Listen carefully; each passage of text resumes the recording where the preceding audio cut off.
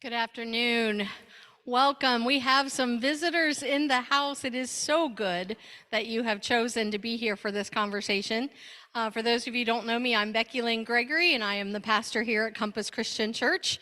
And from the time this crisis started, we all had lots of questions. And so almost immediately, I reached out to Ryan, our in-house neighborhood Hebrew Bible scholar, way more than I will ever be. And I said, "What can you do to help us?" And he said, "I have the perfect person that can do that." So we welcome Rabbi Ari June. And he is going to begin with a somewhat of a presentation. And then Ryan is going to, after his presentation, lead us, moderate, if you will, a conversation where we can bring our questions to Rabbi or Ryan, whichever. So welcome to this space, and let us pray together that God will intervene. Gracious and loving Almighty God, we thank you so much for this, your house of worship. We thank you for the time that we have already spent together praising you and being challenged by your word. Now, Lord, we invite you to continue to be with us as we talk about a hard topic for some of us, as we talk about pain and war and injury and lives that are being lost. Help us all to be caring and kind to one another as we bring our hard questions to the floor. Be with our speakers and our presenter today. Guide their words and guide their hearts. In Jesus' name, amen.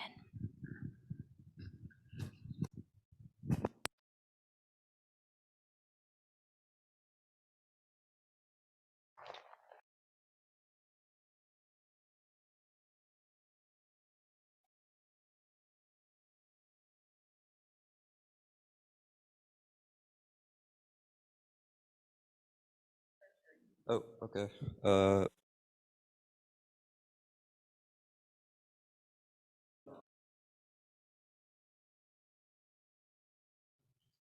What about now? We're on. Okay, very good. While Rabbi June, I am, whether I like it or not, I'm going to slip into calling him Ari because he is one of my closest friends. And let me put this back on. Before I hand it over to him, um, I want to again welcome everybody. We're very thankful, those of you in here and on Zoom. Pretty good crowd. I want to encourage us to be in an intentional mindset for the next, I don't know, 45 minutes to an hour. We're getting this in before the Sunday afternoon nap, and we are conscientious of that. But until then, I would ask us to be in an intentional mental space. I want to encourage us to listen and to process what Ari says, what others say, and to ask questions if you feel so compelled. And we of course welcome that. There will be a question and answer time after Ari speaks. To do these things, sort of paying attention to our own thoughts and feelings, right? The issue of Israel-Palestine is it's sort of a combination of things that can provoke reactions, right? Sort of creates this hotbed of reaction. It's a loaded topic. There are many people implicated, whether they like it or not, people in our communities. And yet there's a lot of sort of misinformation, right? And there are different interpretations and things like that. And all of those things sort of combine and can encourage us to be reactive. And I would ask us to sort of instead to, when thoughts or feelings come up, to note that, ask ourselves, what assumptions do I have that provoke these thoughts and feelings, and then maybe to to ask whether there are alternatives possible, right? Alternatives possible. I want to affirm that nobody here, nobody on Zoom, nobody is in danger, right? Nobody is in danger. This is a safe space. We all want the same thing.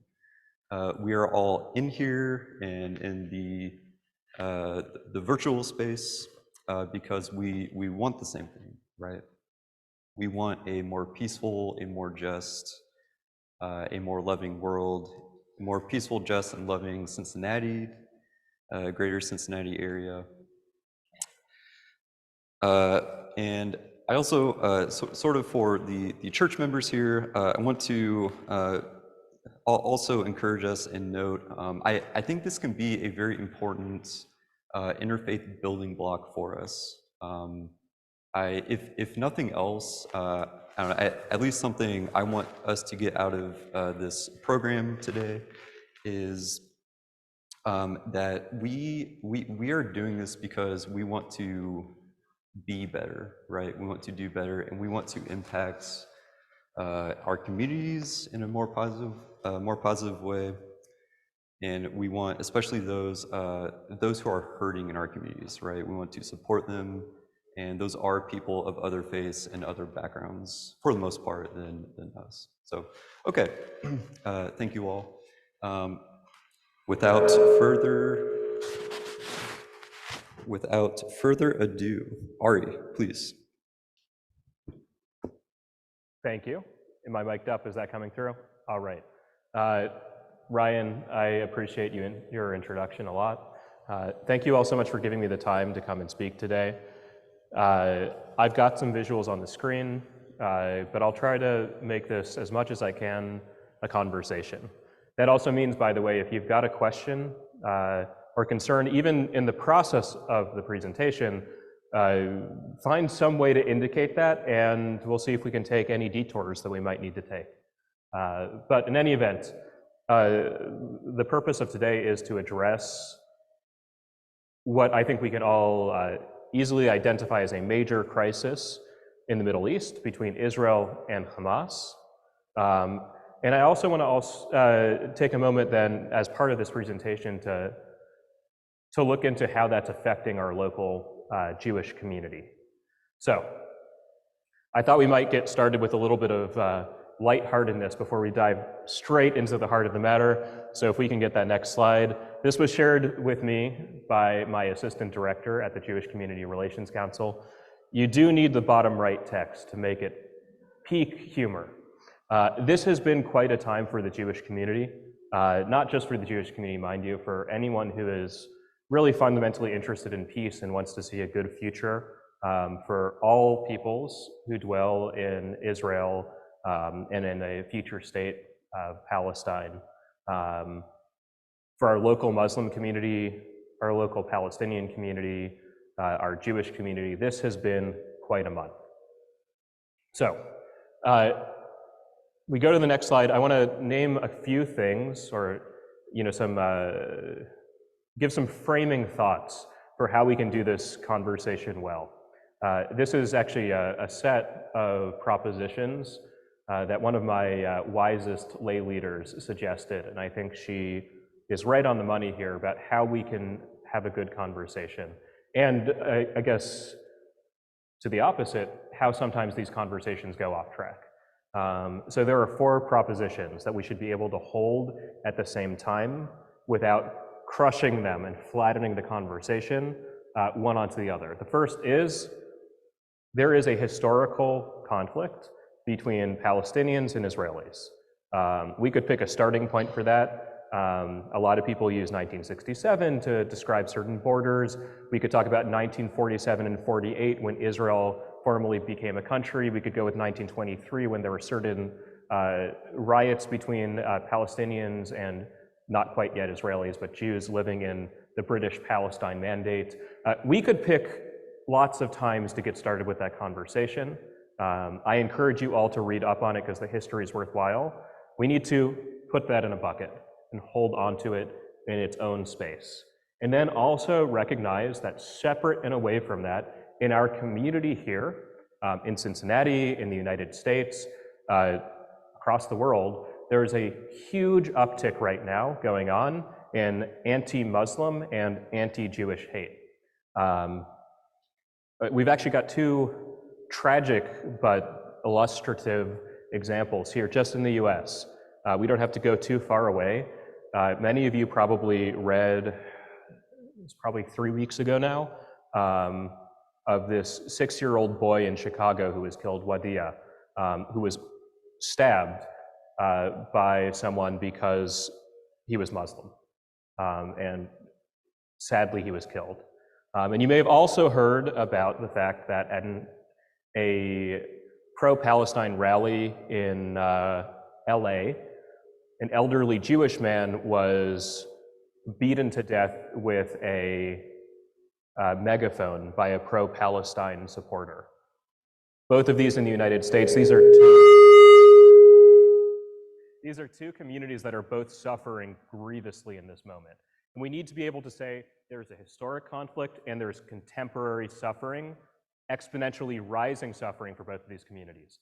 And on top of that, we have to be able to accept the fact, without making justifications, that on October 7th, there was a dramatic, historic hate crime perpetrated against Israel, but fundamentally against the Jewish people. That was, at its core, the narrative by Hamas, which is a recognized terror group.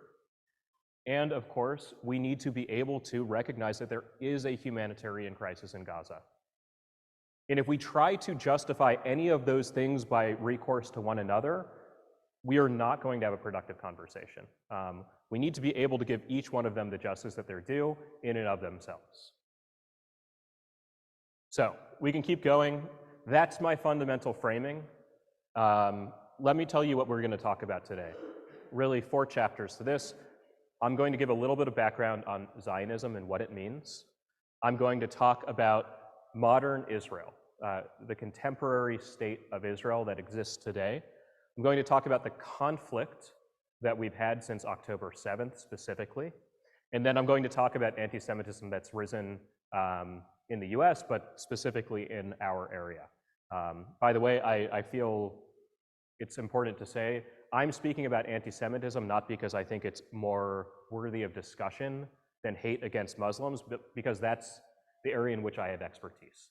So it's not because that doesn't deserve its own conversation, but I'm not the right person to have that conversation for you. So that's what I want us to get into.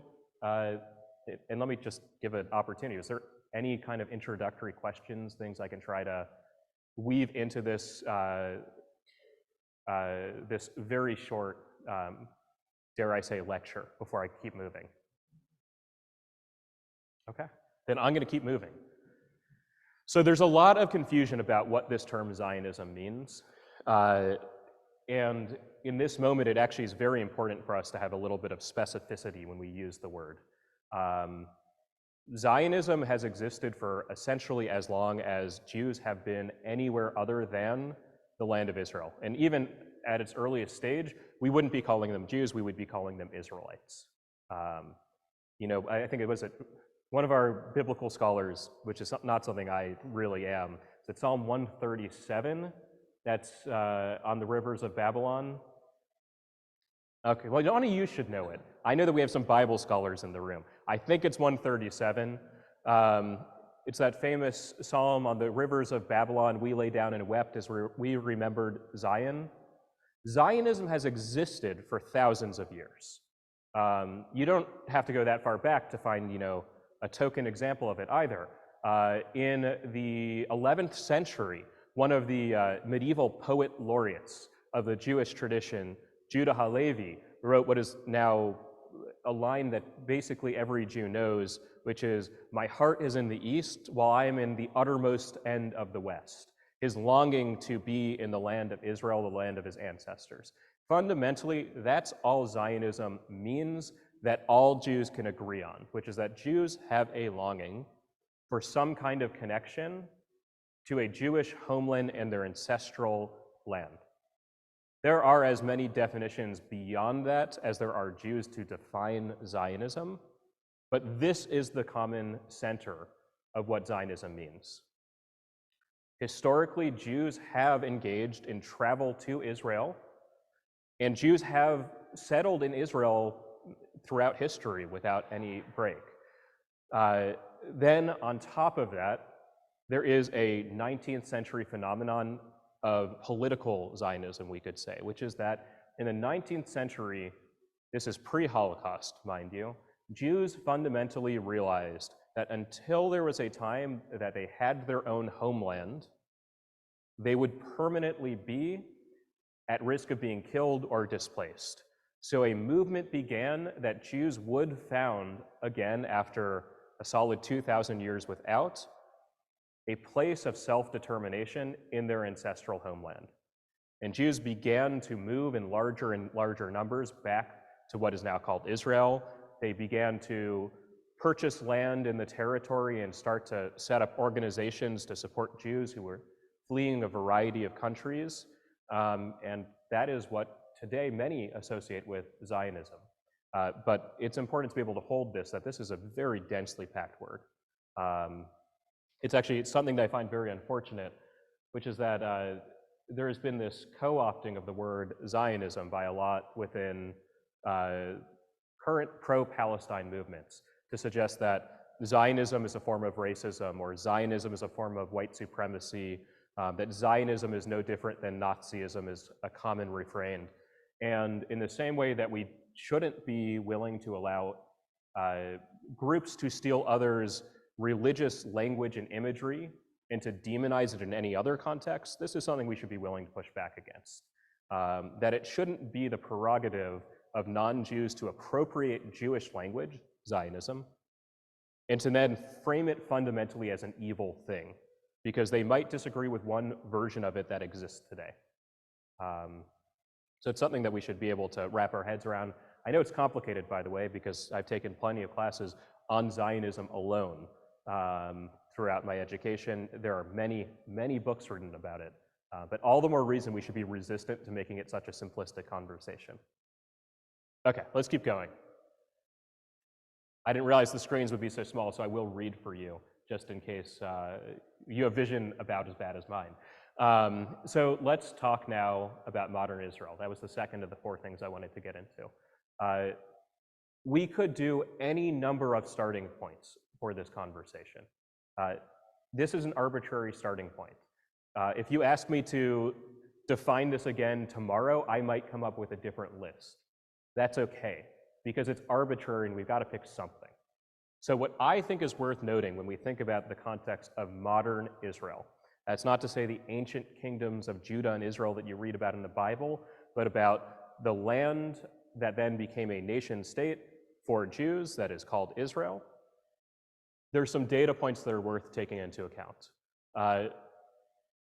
When we look at the history that's most relevant to what we're seeing right now, that frames modern Israel, we're first talking about the Ottoman Empire that held onto this piece of territory.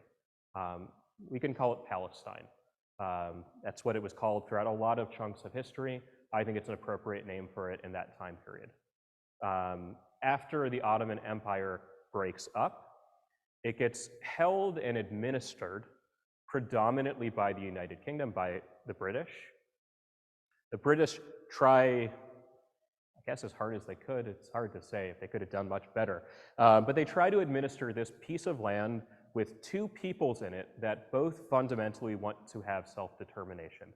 The Jews and the group of people who eventually come to see their identity as Palestinians.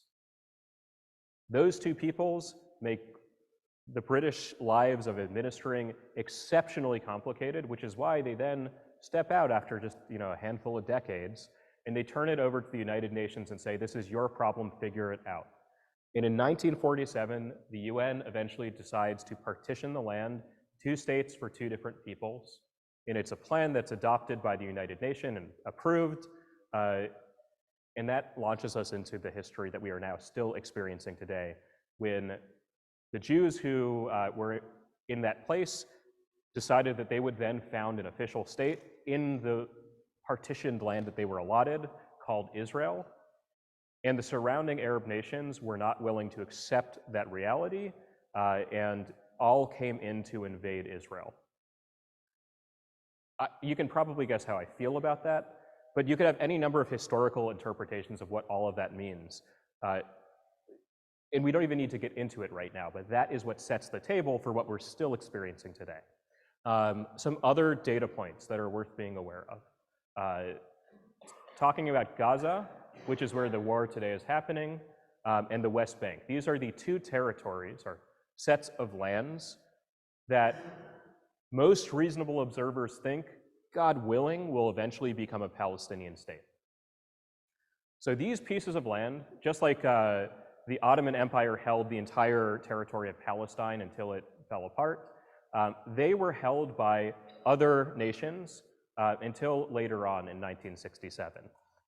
First, they were held by Gaza, Egypt, West Bank, Jordan. After a defensive war, Israel managed to seize both of those territories, actually much more expansive in the case of Gaza. It went all the way into the Sinai Peninsula.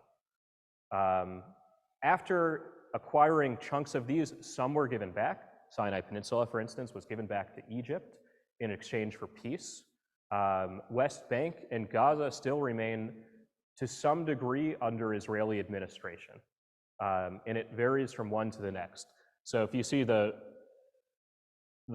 bottom 2 points there, in 2005, Israel made the tough decision to unilaterally withdraw from Gaza. That means they pulled out all of their civilians, they dismantled settlements. It was an enormously costly political choice. And the hope was that this would give an opportunity for peace within Gaza, that they would live out their right to self-determination, create a stable and peaceful government for themselves, and that might create a dynamic where a two-state solution could work. Obviously, that's not what happened. In the West Bank, it's a little bit more tricky. Just to say that if you've ever heard of areas A, B, and C, there's a mixture of different levels of self-determination and rule that the West Bank sees. In some places, Israel sees lands that they consider to be its own. In other places, there are disputed lands where there are settlements and quasi-administration by Israel. And in the final set, there is full security control, or at least predominant military and governmental control by the Palestinians of the West Bank. West Bank is complicated. I guess we can thank our lucky stars. I say that a little facetiously, that this conflict right now, we're talking about Gaza, where things are a bit more simple, in that Gaza is not an occupied land. It is governed by Hamas, the terrorist group. It is bordered by, on one side, Israel, and on the other side, Egypt. So I'll leave it there. There's plenty to unpack. I'm sure that as we get into Q&A, we might have some questions about that. I'm happy to go in further, as need or desire might be. That really does look very small up there. So, it's worth defining Hamas. I kind of very quickly alluded to what it is when I was introducing the conflict. Hamas is a terrorist organization, full stop. It is defined as a terrorist organization by the US and the EU and a number of other political entities. You don't have to take their word for it, right? You could read Hamas's charter, which calls for the elimination of all Jews. They are a genocidal, by definition, they would own it, terrorist organization. They are the government, the elected government, although they were elected 2 decades almost ago now, of Gaza. Now, we should grant Gazan civilians a little bit of credit, sadly in this case, that half of Gazans are under the age of 18. So it's not as though the people who are right now suffering with the government chose them predominantly in the first place. Nevertheless, that's the government such as it exists within Gaza. And it sets us up for an enormously challenging attempt to try to make peace. This really, I'll talk about the idea of a ceasefire in a minute. This is what makes it so difficult, among other things, is how do you really craft a ceasefire with an organization that's set out in their bylaws to try to commit genocide against you. A couple of illustrations, though, if you could click. When we're trying to think about who Hamas is, so these are just some headlines from the last week. If you can't read that text, it says from the New York Times, as Gazans scrounge for food and water, Hamas sits on a rich trove of supplies. This is their government. That doesn't mean it has their best interests at heart. If you've seen this story recently about Shifa Hospital, which is running low on generator energy, it's a tragedy.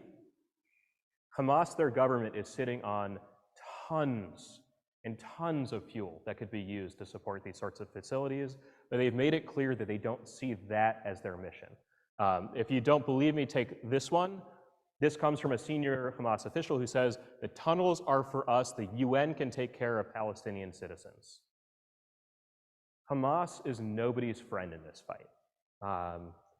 It doesn't mean that for certain Palestinians, they don't think Hamas is their best bet. That might be the case, but it doesn't mean they're really their friend. And we should, not be so surprised to see a terrorist organization not being people's best friends. That's not what they're known for. Okay, let's keep it going. I don't think I have a third one. Oh no, I do have a third one there. This is, by the way, in case you didn't see this, again, if you've seen discussions about evacuation from northern Gaza, Israel encouraging people to get out, we could talk about how feasible it is for people to get out, but it becomes less feasible when you have the government trying to stop people from getting away. Sadly, it's because we know that Hamas is committed to keeping their human shields. So this is imagery. They blocked the escape routes for their citizens because they need them there. Sadly, this is part of what they want. So now we can keep going. Now it's the next one. So let's get into the third piece here, the current conflict that we're dealing with. This started on October 7th. I use this word ceasefire now, I think 2 or 3 times. There was a ceasefire in place.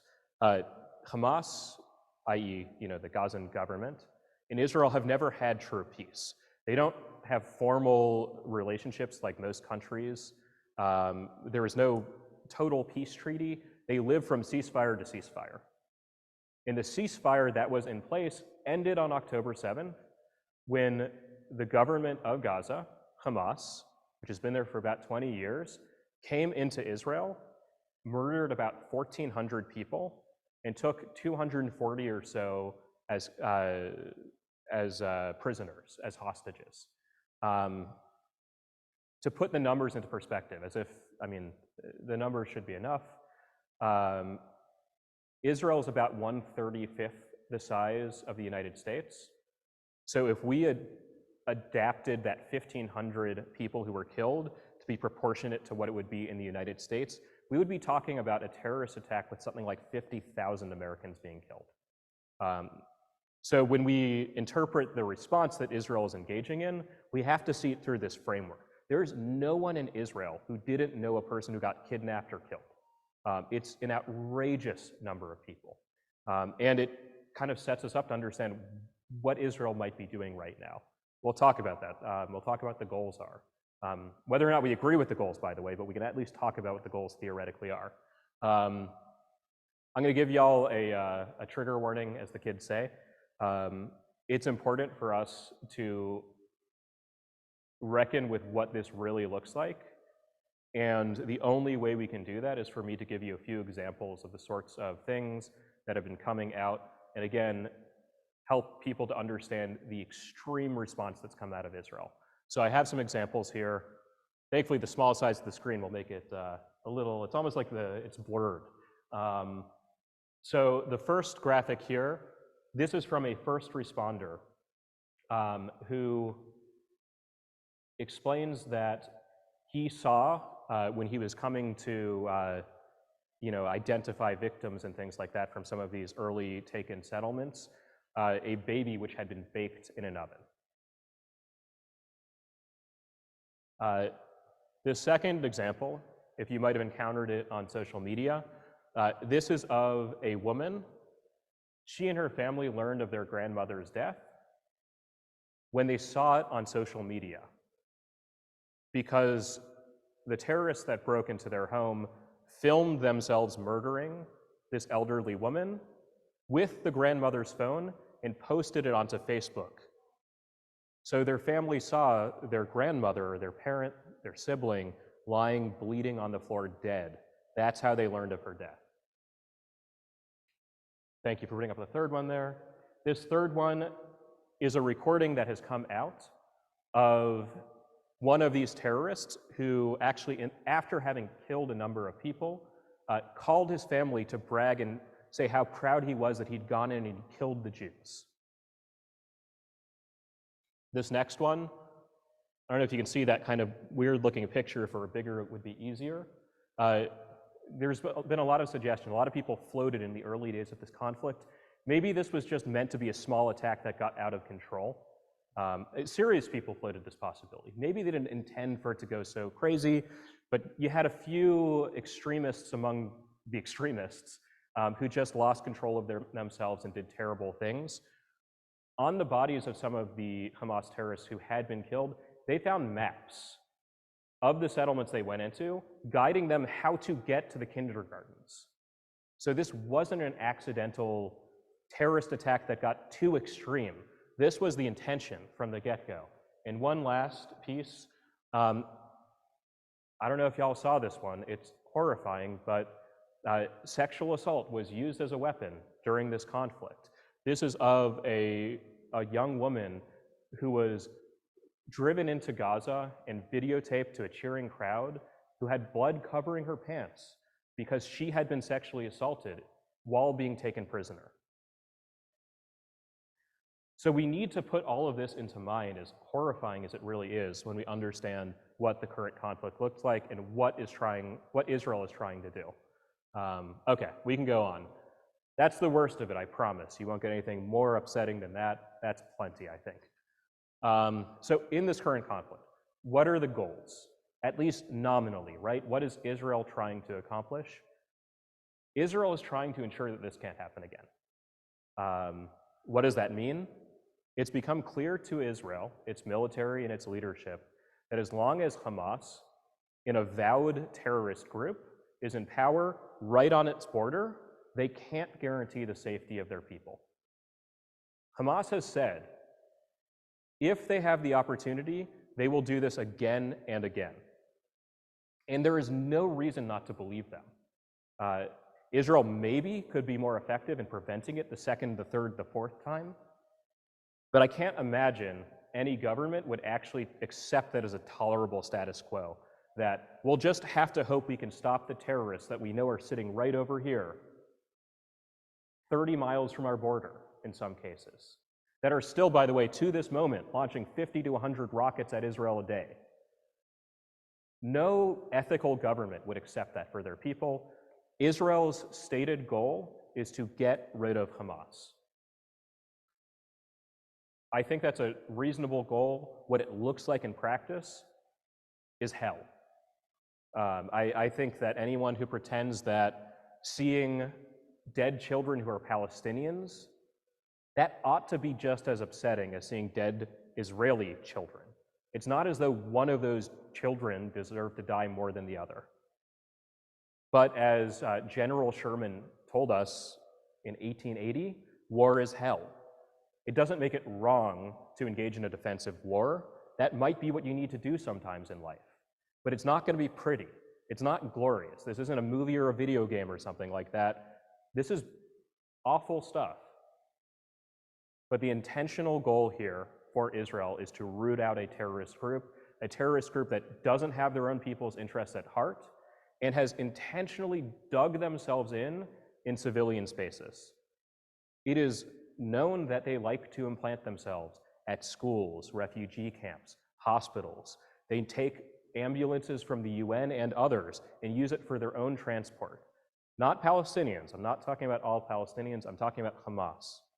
And they do it with one goal in mind: to get Palestinian civilians killed while engaging in the fighting, so that they can then turn around and tell the world, look how awful Israel is, how dare they kill these Palestinians.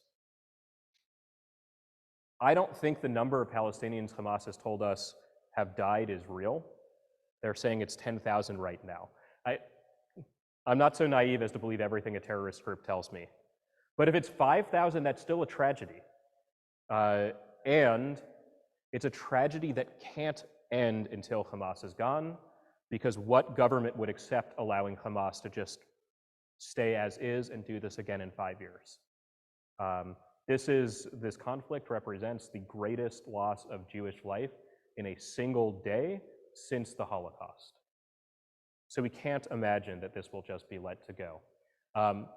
I put up there this word proportionality. It's something that gets tossed around in this discussion a lot.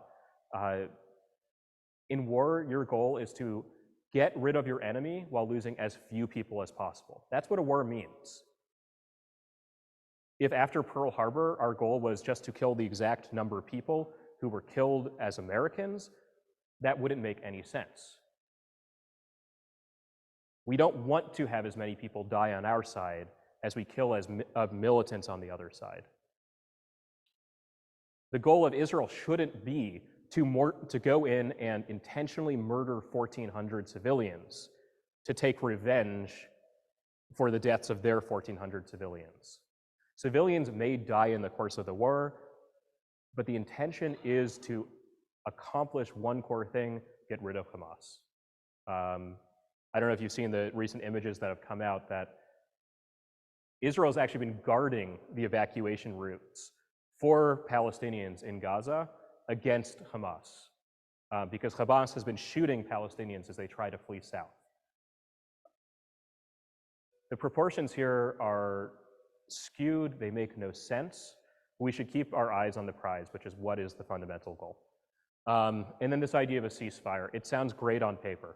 I'm not opposed, for instance, to like a temporary humanitarian pause in the conflict, but a ceasefire will really only do one thing in this setting.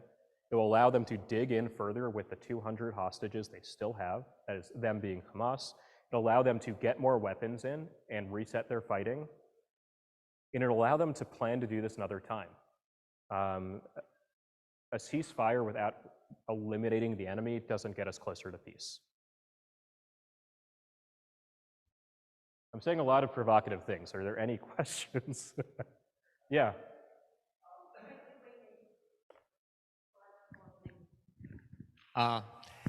Based on what you just said, I see signs out there that says free Gaza. If those people really wanted to free Gaza, would they not want to get rid of Hamas and not Israel? I would agree with you. I mean, I don't know what else to say. Hamas is not a player for peace. They're not interested in a two-state solution. They're not interested in a lasting ceasefire. So yes, I think the phrase I have started to use is free Gaza or free Palestine from Hamas. They are fundamentally an enemy to peace. There are a few more questions, yeah.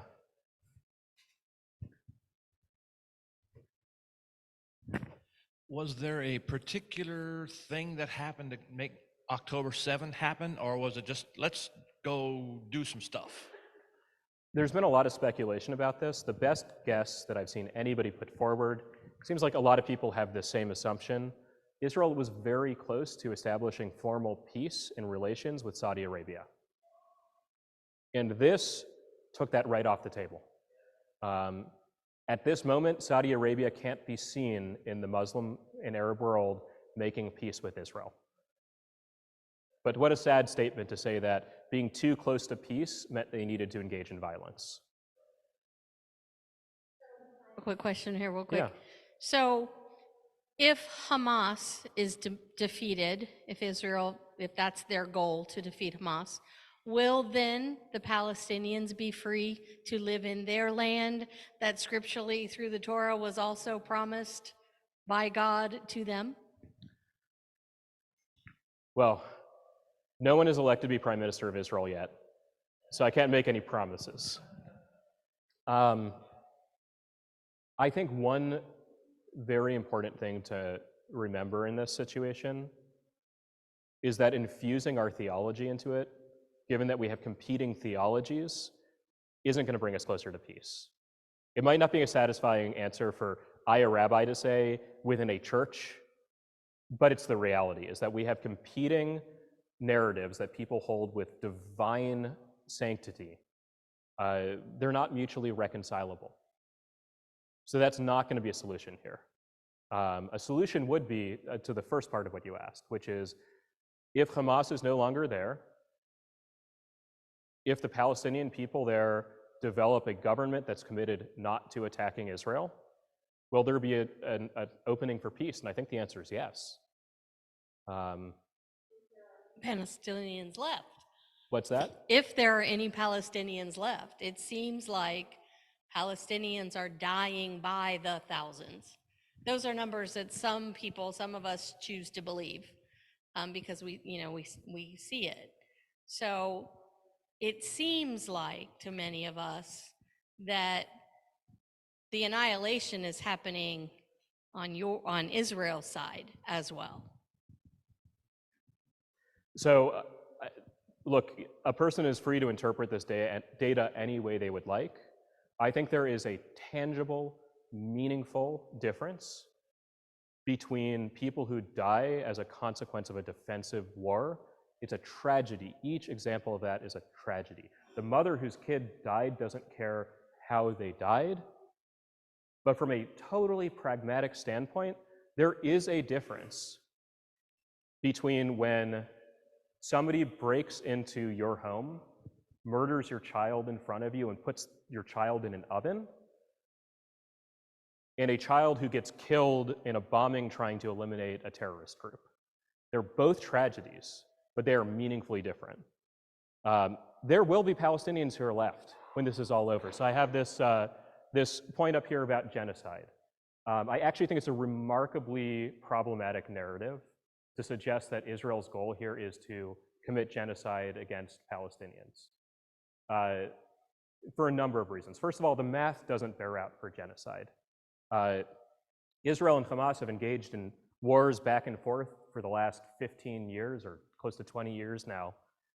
In that time, the population of Gaza has just about doubled.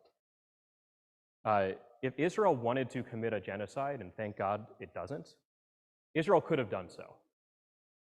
But the numbers don't reflect it. If Israel's goal was just to kill as many Gazans as possible, they wouldn't be sending in ground troops to Gaza. Israel is going to incur more losses of Israeli soldiers by going in and fighting from building to building. They've got the weaponry. If they wanted to wipe Gaza off the map, Israel could do it, but they don't want to do that. That's not the goal. It's important to bear that in mind. So let me show you some of the imagery that pops up. Question. Oh, yeah. No, please. It seems we see every night downtown areas or apartment buildings being leveled, like Israel is trying to blow Palestine back to the Stone Age. Yet these are rocket attacks, from what we're told, from Israel to Palestine, or the Palestinian people. The U.S. has trained pilots and so forth. I don't see any air war against Gaza. I see rocket attacks. I don't see where you said there was 1,400 missiles fired every day. 50 to 100. I'm sorry? 50 to 100, whatever. I don't see them targeting those rocket installations. And again, they're movable. But again, with satellites and so forth, I don't see Israel trying to hurt the Hamas war by taking out their weapons. I also have to look at, if they're not taking out the weapons, is Netanyahu using those rocket attacks as a way of justifying what he is doing? And I'm seeing a little bit of Netanyahu being a political war because he's having some political problems of his own in Israel. So he wants to, again, wipe out Hamas.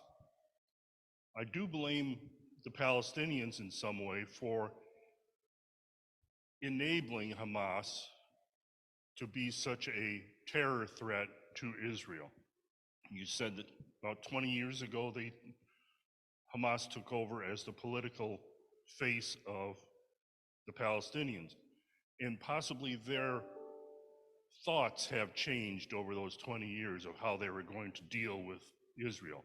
But again, the Palestinians should have had some way of getting rid of Hamas in their country.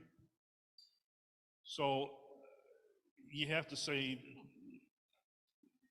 you look at a lot of the Palestinians, they are welcoming Hamas to be their executioners of Israel. It is a tit for tat type war, understood. But it just seems as though it is going way too far. Is Israel really trying to knock out Hamas's military and their theological beliefs? Or are they just trying to level Gaza to the Stone Age? So I guess the question again I would ask is, what do we think the alternative is? I'm not going to provide you with an answer to that question. I'm just going to leave it hanging. What do we expect the alternative to be?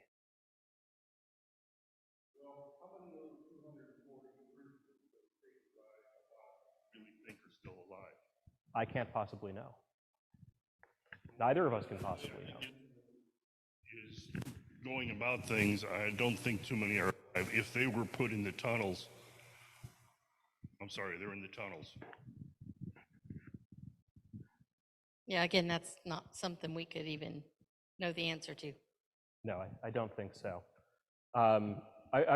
We've got another question. Let me go through this next piece here, and then I would love to hear the question. Since we're already in this area of discourse, I think it's very good for us to root something, which is this discussion of whether or not this is a genocide or an ethnic cleansing. First, let me give you the easiest part of the answer. Technically speaking, no.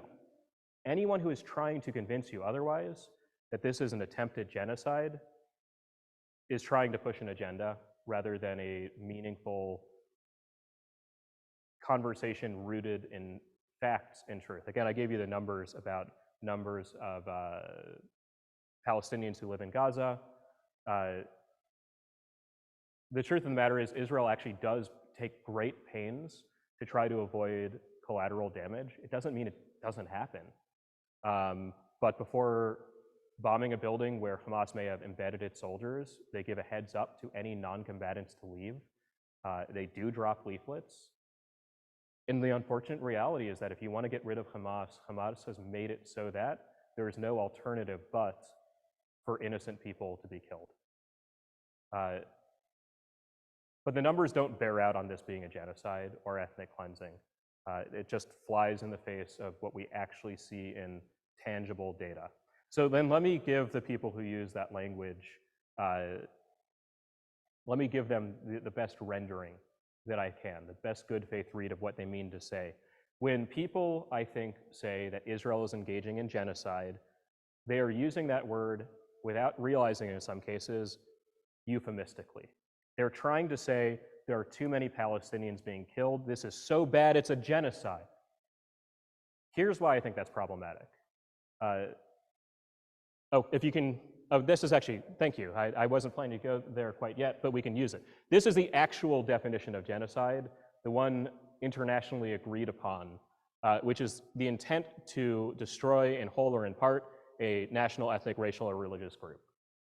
Israel's intention here is not to destroy Palestinians. It is not to destroy Gaza. It is to restore security to their people. They're not trying to wipe out all of Gaza or all Palestinians. Again, if they wanted to, they probably could have done so by now, and thank God that's not the intention. If you could go back to that prior slide, though. So this is where this leads us, this discussion of genocide. It leads us to equations of Jews to Nazis. This is actually a real sign that was at a real protest. We've seen ones like this in the Cincinnati area. I guess my question would be the following. How many people who walk around with this sign have been out protesting the deaths of Yazidis or Uyghurs or any other group that is actually undergoing attempts at genocide? The only group that seems to gather popular movement against it alleging a genocide, certainly within the West, is the single Jewish state that exists in the world. I don't think the people who hold that sign consciously are trying to engage in anti-Semitism. I absolutely don't believe in that. But I do think that they have gotten pulled into a discourse pattern that is fundamentally anti-Semitic.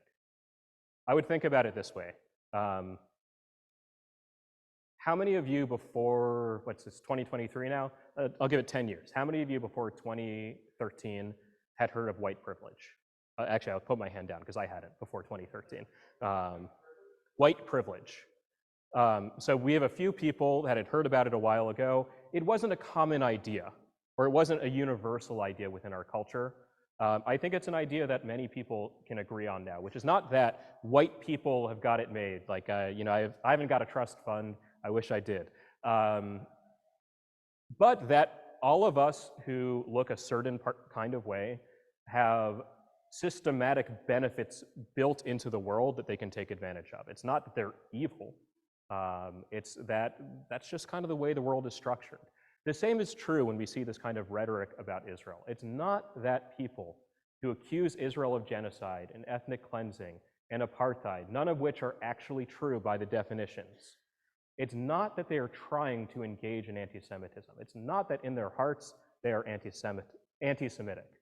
It's that we live in a world that has somehow allowed it to be the case that the only people who get protested against and alleged genocide against them in popular movements in our culture are a people who literally went through a genocide themselves less than a century ago and literally have a genocidal neighbor in their bylaws, in their charter, that is Hamas, said, we want to kill all of you, and have given us proof in the last month that's their intention if they get the opportunity. That's the group of people in the world who have accusations of genocide thrown against them, who get compared to the Nazis. I think this is reflective of us living in a certain kind of discourse space where Jewish values are seen as negative and where Jews' lives are seen as disposable. This is an example of anti-Semitism. You don't have to agree with me, but as the one Jew sitting here speaking in the room, that's my experience of the hate that has historically and at present been targeted against my community. Okay, we can jump forward a couple because I already defined genocide. So let me tell you about the anti-Semitism in our community. And you can go 2 slides. I actually don't need the next one.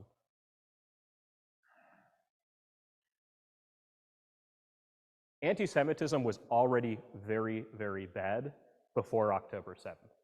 To give you some data points to help frame that for you, about 10 years ago, the ADL, the Anti-Defamation League, they're not perfect, but they are the best organization that tracks acts of anti-Semitism in our community, in our country, recorded about 700, 800 anti-Semitic incidents in the US in that year.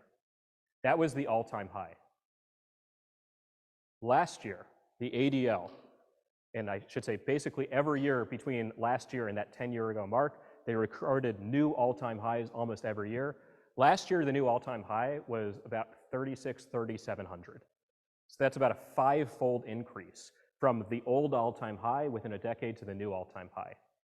Since October 7th, that all-time high, which seems to grow every year, exponentially rose. I think the ADL's stat that they give nationwide is they had a 488% increase of anti-Semitic incidents. In Cincinnati, it's worse. In Cincinnati, I did the math a few days ago, we're at track for a 698% increase of anti-Semitic incidents in our community here. This isn't far off anywhere else. In the 20 days after October 7th, so October 7th to 27th, we had an anti-Semitic incident in the Cincinnati area literally every single day. Yesterday, I was dealing with a different one. The day before that, I was dealing with another one. Some of these are small. Some of these are people just, painting a swastika outside of the Hillel house. Some of them are violent, people following Jewish students into bars and saying, "Are you Jewish?" and trapping them in the bathroom and trying to beat them up. Some of these are school children as young as middle school chanting "Death to the Jews." Some of these are students in our schools getting threats sent to them over social media. One 6th grade girl had a boy send to her on a Instagram message, just a short message that he recorded for himself. This was on Halloween. And all he said to the camera, sending it to the Jewish girl that he knew, was, "You dumb little Holocaust Jew." The uptick in anti-Semitism is really unsustainable, to the point that we can expect that if this trend continues, it's going to get bad. Not like rhetorically bad, not bad words that get said, which will mess these kids up for the rest of their lives, but somebody's going to get hurt. We already saw it in LA with this man who was beaten to death in the street with a megaphone. We saw it in Russia and Dagestan, where anti-Semitic people sieged an airport because they heard a flight was coming from Israel and they wanted to track down any Jews who had come. But lest we think it can never happen here, that's what everyone says, until it happens there.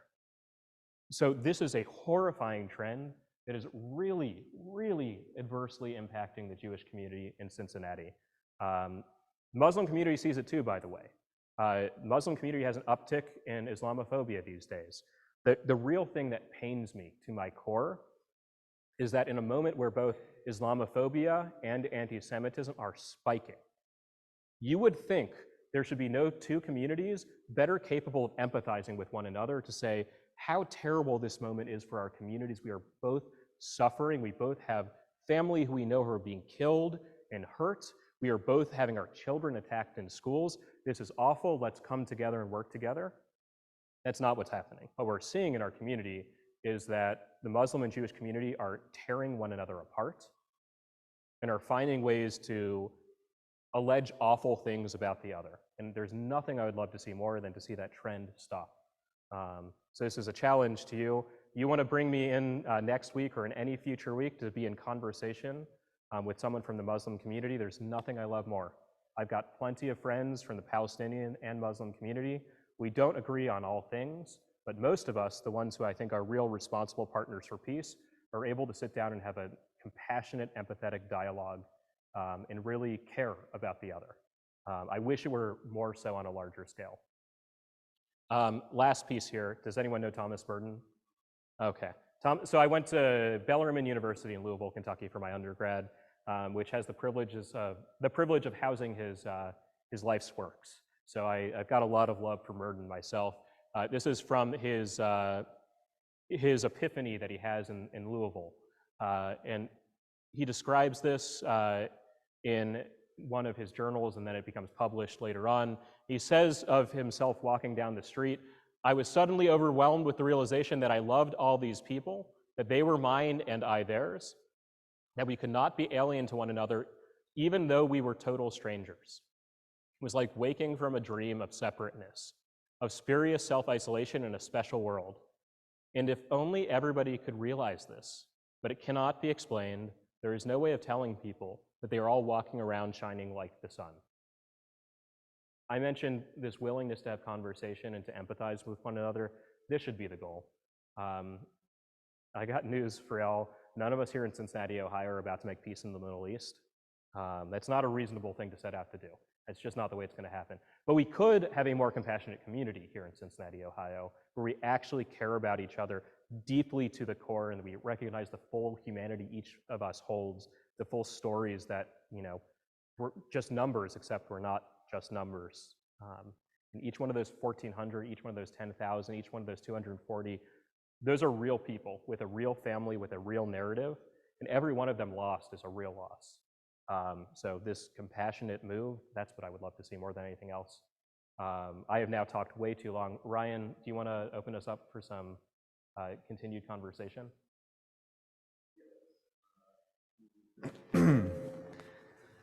Okay, that sounds like, yeah, I'm getting the thumbs up. Thanks, Matt. Um, well, so I first want to, Ari, I want to thank you for taking the time and the labor to come talk to us. If nothing else, I can promise all of you, we have known each other for 8-ish years. Ari is one of the most brilliant and compassionate people I've ever met. So let's just show him our appreciation.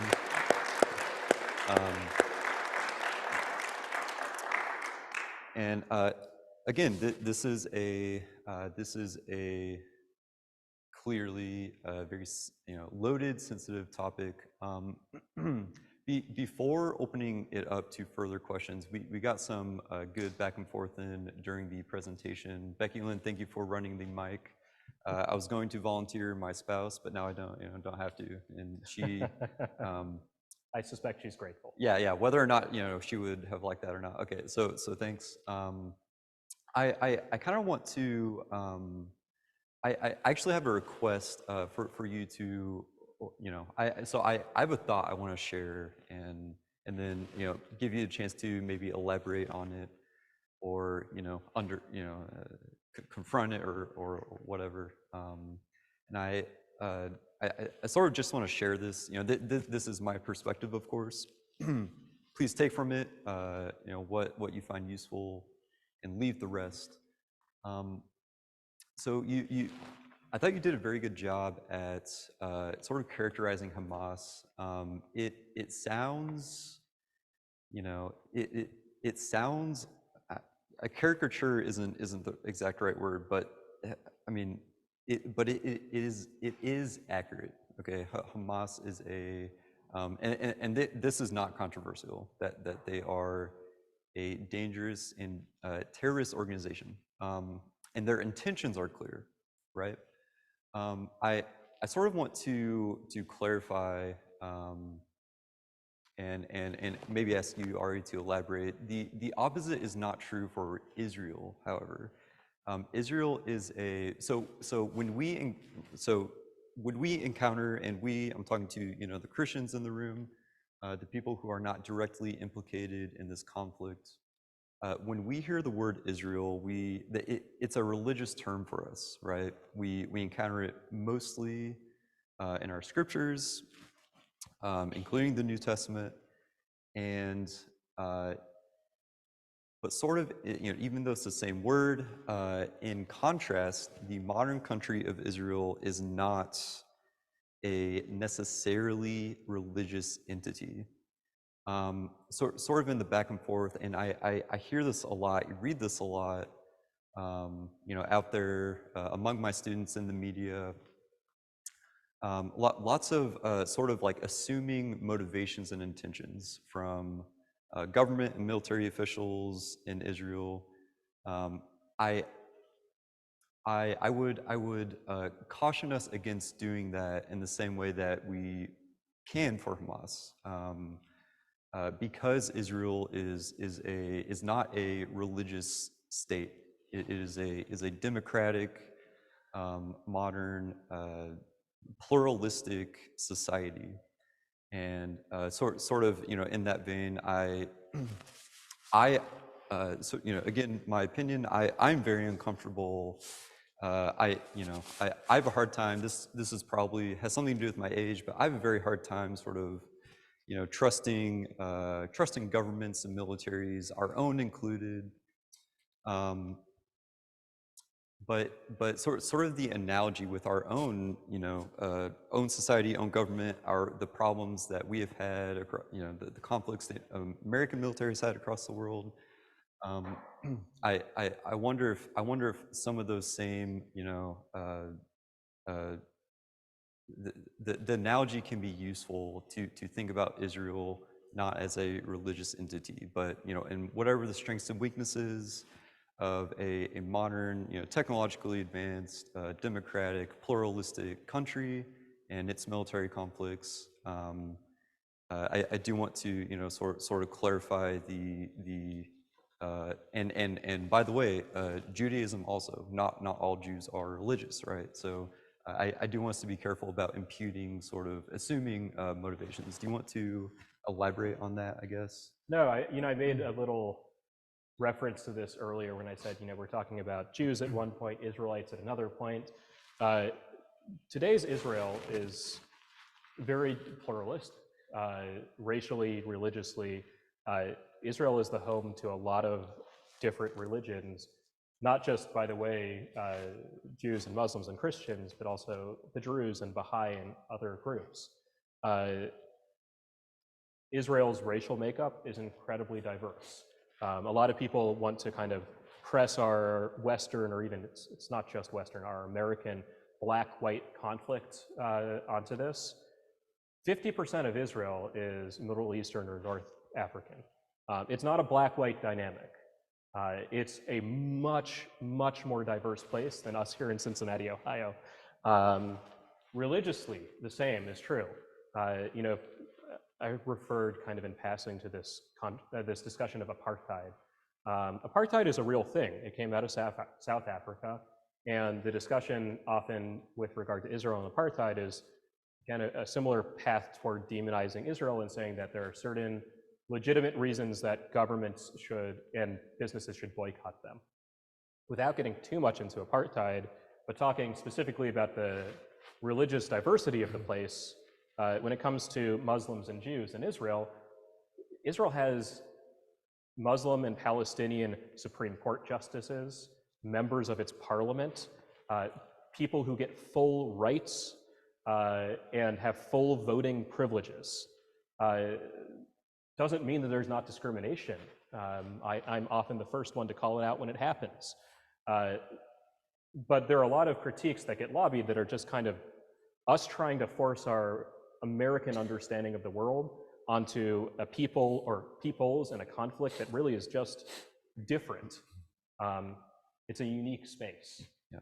I will say kind of in the realm of the diversity, I mentioned half of Israel's population is Middle Eastern, North African. One of the things that people don't realize is that the reason why Israel is so diverse in that respect is not due to just voluntary immigration. Ethnic cleansing did happen to Jews in the Middle East and North African region. All around Israel, there were countries in which there had been millennia-long Jewish populations living. Places like Yemen and Bahrain and Iraq. The Jewish populations of these places, which in many cases numbered into the hundreds of thousands, are now around 0 to 50. That's like 100,000 people to 0 people. There was whole-scale, true, not metaphorical, ethnic cleansing of Jews in the Middle East and North African in 1948. And that's one of the reasons why it's such a diverse place, is because Jews discovered that their home countries would not accept them any longer. So anyway, I'll digress. Yeah, thank you. Okay, let's open it up. Okay, Kurt, see your hand up. People waiting. Okay, very good. You waited very long, I'm sorry. Sorry. Let me be a touch of background. I graduated from a high school where being a Gentile put me in the minority in suburban Detroit. I have worked extensively in the Middle East, but in the Arab Middle East, because back when I was doing that, if you had an Arab stamp on your passport, you were not allowed in Israel. And if you had an Israeli stamp on your passport, you weren't allowed in the Arab world. I know a number of Palestinians. You say every Israeli knows somebody who was killed or kidnapped on October 7th. I will tell you that every Palestinian family I know has had male relatives either killed or in jail in Israel. And so there's an equivalency there. Since Netanyahu has announced that he intends to reoccupy Gaza, the end game has changed dramatically. It's actually, before you continue, he has since said that the intention is not to reoccupy Gaza. Yeah, but he's gonna be responsible for their security. It's just like when he left Gaza, he basically shut it off. You couldn't leave Gaza. you couldn't go into Gaza. The Israelis control their water, they control their electricity, and have shut that off, basically. So there's no water, no electricity. I don't know how you run a hospital without electricity. I don't know how you do a lot of things without electricity, and certainly you don't live without water. And so the collective punishment that Israel is imposing on Gaza is, I think, extreme. But I think that's also a reflection of Mr. Netanyahu. Like you, I wish I was born a trust baby and trust fund baby, and I was not. So we do agree on a lot of things, but it's gone too far. So just in the interest of having solid grounding in facts here, Israel has never supplied Gaza a majority of its water or electricity. It's always supplied it a sub amount of that. Thank you. So it doesn't mean that that is necessarily a good or bad response to the conflict. Here's what I would challenge you to think about. Let's imagine that Ohio and Kentucky were at war with one another, right? I mean, at times in our history, it seemed pretty reasonable that that could happen. And without warning, Kentucky broke across our border, killed tens of thousands of our people, and brought back many, many hostages. Can you fathom a situation where we would say, well, you're going to keep amassing your rockets and sending your rockets against us. You're taking all the humanitarian aid that gets brought over to hoard for your military, but naturally, we're going to keep supplying 10% of your water and 15% of your electricity. I'm not saying it's right, mind you. I'm just saying to engage in the thought experiment. The other thing I would say, for what it's worth, I know that this is very frustrating. As someone, by the way, who has Israeli and Palestinian friends who've been affected by this, I'm not dealing with it from a place of total separateness.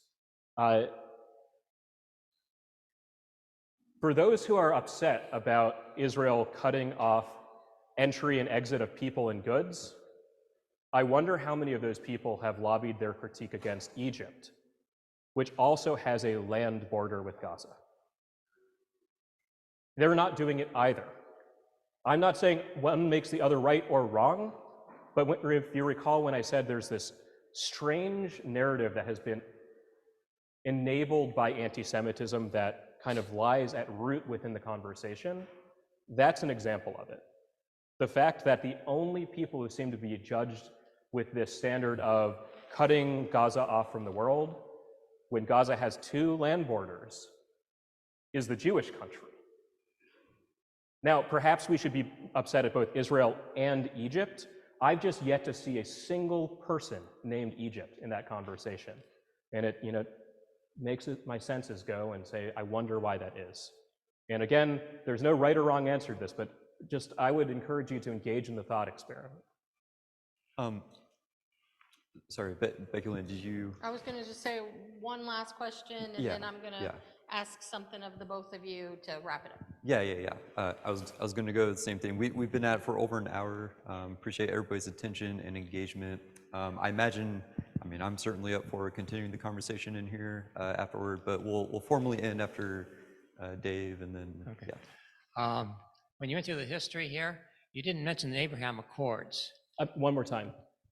You didn't mention the Abraham Accords. Yes. And it seems to me that was sort of a small piecemeal approach towards peace with treaties with other Arab nations around there. And I assume now that's probably dead, or what's your take on all that? So I would have thought that it was dead. I would have agreed with you until yesterday when I read an article about a conference amongst Middle Eastern, North African Muslim countries where they tried to put forward a resolution suggesting that none of them would do business or any formal engagement with Israel, and like a laundry list of things. And it was vetoed by a number of the countries. So I would have agreed with you until I had seen that. Abraham Accords was a miraculous step toward peace.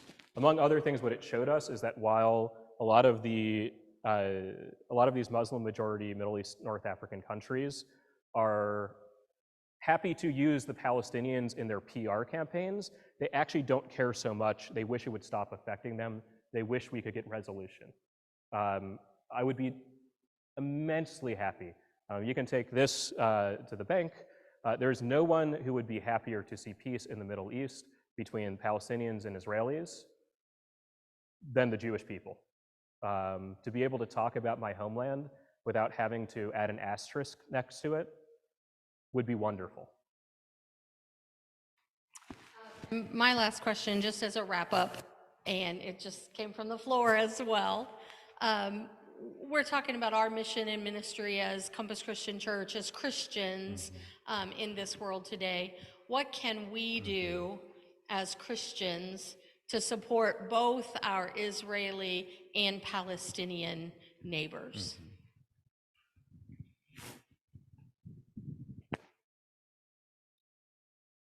I'm tempted to put people on the spot, but I'm going to not do that. In your heart, raise your hand. So in your heart, raise your hand. If you have any Jewish or Muslim friends or Palestinian friends, you don't have to do it out loud. You can do it in your heart, because I don't want to put anyone on the spot, because that first part's not the hard part. Now keep your hand in your heart raised if you've actually reached out to them, sent them a text message, given them a phone call, gone over to their house and said, we don't need to get into the politics, but I know how much your family is hurting right now. I know how much you're hurting right now, and I want you to know that I'm with you. It's not about politics, it's because I care about you as a person, or anything along those lines. I can't see the hands because they're inside of you, but I know that it's a much lower proportion than the first hand to the second hand, because a lot of people just don't know what to say in this moment. And so your Muslim, your Palestinian, your Jewish, your Israeli friends feel very alone. You're not going to solve peace in the Middle East from Cincinnati. I could say that 1,000 times, but you could make your neighbors feel better. And that goes a long, long way. So if you haven't done it yet, here's my challenge. Between now and when you get home, like, don't wait until you've sat down, you're watching the football game, you've forgotten all about it. Send them a text message or give them a phone call. It will make their day. It's not too late to reach out to them. They're still hurting. They would still love to hear from you. I think that's a perfect note to end on, and you certainly were getting you ended there in your talk also, and to that, as we do in this church, we can all say amen. Okay, very good. My door's always open, Ryan's hotline is always open. Our new friends will also keep up communication. Anytime. So if you have questions, don't hesitate to come to me. I probably won't be able to answer them. I'll go to Ryan, Ryan will go to Ari, or whatever. So thank you all for being here. Thank you very much.